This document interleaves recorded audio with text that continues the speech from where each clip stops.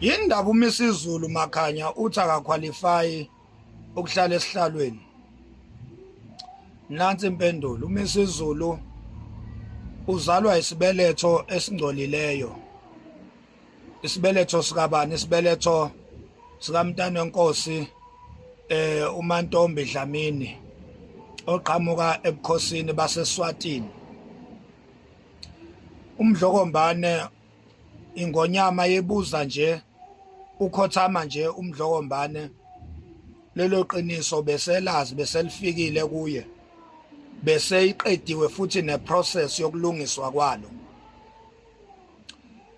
Umntana weNkosi ulala nje ukhothama nje ubelazi lelo qiniso elokuthi akakwazi ukuzala inkosi futhi beselenziwe nesiko lokuthi esibelethweni sakhe ufakwe enye yamadodana kaMdlokombane angawazali biological, kodwa ukuze kube nenkosi kwaZulu uma kwebuza ingonyama uMdlokombane kwakumele kube nesiko elenziwayo.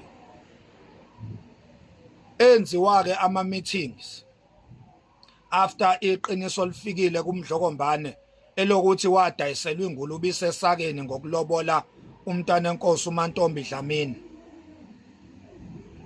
Kwabe sekwenziwa ama-meeting ukuthi lelo phutha lizolungiswa kanjani na.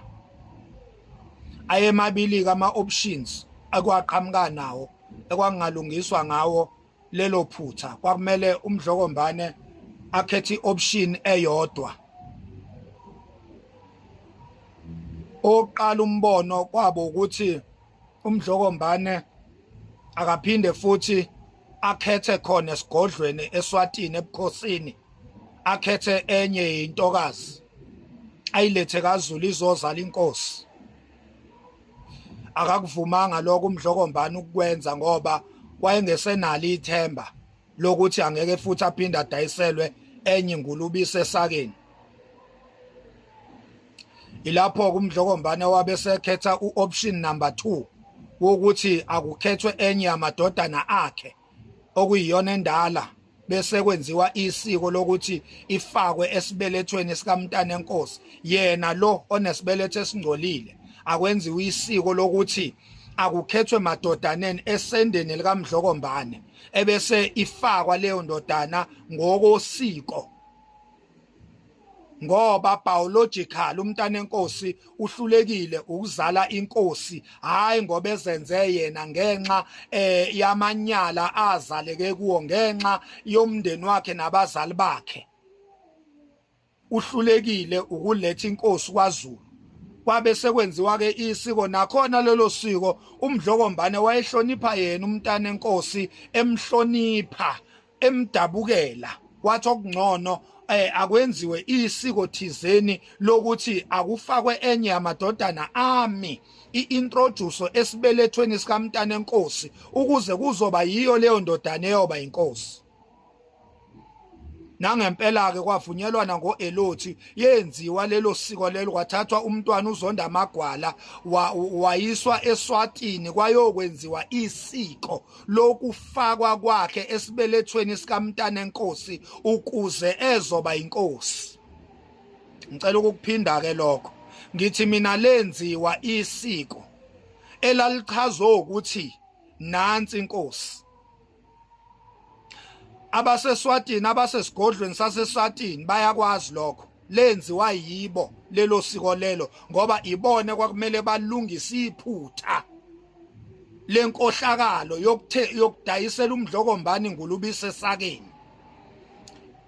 Iliphi lelo phutha Makhanya elenziwa ubukhosi baseSwatini na? Uchaza ukuthini mawuthi ebukhosini baseSwatini indlunkulu yakwaZulu yadayiselwa ingulube isesakeni ngokuthi inikezwe umntana wenkosi uMantombi Dlamini na? Usho ukuthini ngaloko na?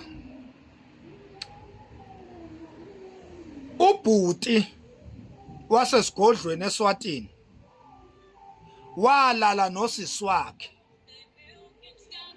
ukuze kuzaleke umntana wenkosi uMantombi. asiqhubekeni. Kwasuka indodana yalala nendodakazi, kwazalwa umntanenkosi uMantombi Dlamini. Uyayiva ke ngokho amaqiniso lawa eningawazi izulu. Enye into ungayikhuluma uyidefend uzume ngomlenze owodwa kanti wenziwe ongazi. Ubhuti noma indodana ezala umntanenkosi kanye nonina kamntanenkosi bayalamana bandawonye. Ingakho umntanenkosi akanakho komalume ngoba uma kamntanenkosi nobaba wakhe balamana kanje. Lelo ke kwaba yichilo, kwaba yihlazo ela disqualifya isibeletho samntanenkosi ekutheni singakhiqiza noma singazala inkosi. Ake ngikuphinde lokho. Isibeletho sikaMantombi Dlamini umntanenkosi ozala uMisizulu already besingcolile, sizala uMisizulu nje impilo yaso yonke singcolile. Ingakho uMisizulu engaqualify ukuba inkosi ngoba uzalwa umama ozalwa ngamanyala.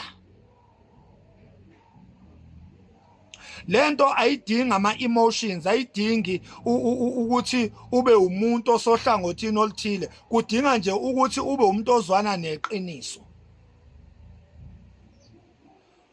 Umntana uLokhuze, umntanenkosi uMantombi Dlamini owunina kaMisizulu uzalwe ngamanyala. Lokho kumenza abe ngongcolileyo makukhulunywa ngobukhosi. Ingakho ke uma ngabe litholakala leliqiniso zembuleka izinqe ngaleli qiniso,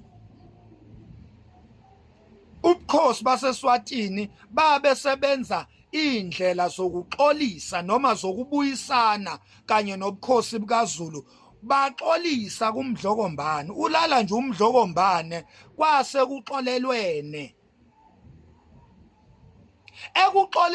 Ekuxolelaneni kwabo kwase kwenziwa isiko lokuthi nansi option ekungalungiswa ngayo leli iphutha, ngoba uoption number 1 umntwana ingonyama umdlokombane ayiwamukelanga, owawuthi akaphinde akhethe enye intombi esigodlweni noma ebukhosini baseSwatini. Akakwamukelanga lokho umdlokombane. Kwase kuqhamukwa necebo lokuthi nasi isintu akuthathwe enye yamadodana akhe ifakwe ngokwesiko esiswini noma esibelethweni sikamntanenkosi. Ngalokho ke uZulu uyobe sewubuyelwa yithemba lokuthi sewunayo inkosi ngoba inkosi izalwa yigazi lobukhosi.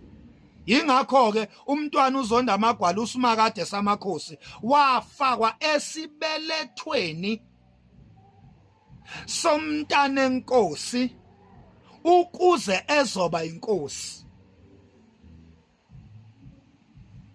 Akaqualify kanjalo kuMisizulu. Usuyezwa ke Zulu, isibeletho biologically esizala uMisizulu asiqualify ngokobukhosi ukuzala inkosi. Singcolile, siqhamuke ngamanyala. Isibeletho esizala uMisizulu siqhamuke emanyaleni noma sizaleke emanyaleni. Umntanenkosi uzalwe ngamanyala. Siyakubona lokhu kwakho uMisizulu ukuthi vele uyahluleka, uyisidakwa, udla ama-drugs, ujahwa yifebe. Siyakubona lokho nokuthi naye waphinda futhi leyo mistake yokulala nosisi wakhe wazala ingane. Siyakubona konke lokho. Sakhuluma nje ngesibeletho aphuma kuso ukuthi sona nje sisodwa kwaZulu kulichilo ukulala nodadewethu.